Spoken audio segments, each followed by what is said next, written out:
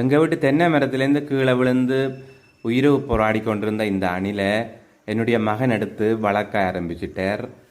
இந்த அணில் வந்து கத்துறதை பார்க்க பாவமாக இருந்துச்சு. அவங்களோட அம்மா அணிலும் தேடி வர இல்லை. இதனால் நாங்கள் அதை பராமரித்து வளர்க்கலாம்னு முடிவு செய்தோம். அது வளர்ந்ததுக்கு பிறகு திருப்பவும் நாங்கள் மரத்தில் விடுறதாகவும் முடிவு செய்திருந்தோம்.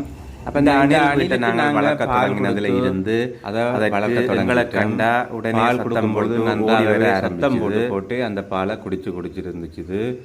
பார்க்கவே ரொம்ப அழகாக இருந்துச்சு அந்த அணில் பால் குடிக்கிறத பார்க்க. இப்போ வந்து அந்த அணில் பால் குடித்து வளர தொடங்கினதுக்கு பிறகு நாங்கள் வேறு உணவுகளும் கொடுக்க ஆரம்பித்தோம். சாப்பிட படிக்கிட்டது அந்த அணிலுக்கு நாங்கள் தடவினா அந்த அணில் வந்து காலை தூக்குது, தனக்கு அந்த இடத்துல கடிக்குது, சொரிஞ்சு விடுது. இந்த வீடியோ பாருங்க என்னென்னலாம் குறும்பு செய்யுதுன்னு சொல்லி. இன்னும் கொஞ்சம் வளர்ந்த உடனே நாங்கள் மரத்தில் கொண்டே விட்டு அந்த அணிலை அந்த அம்மா அணிலோ இந்த உறவுகள்கிட்ட சேர்க்கிறதா முடிவு செய்திருக்கிறோம். இந்த அணிலுக்கு என்னுடைய மகன் ராமு என்று பெயர் வச்சிருக்கிறார்.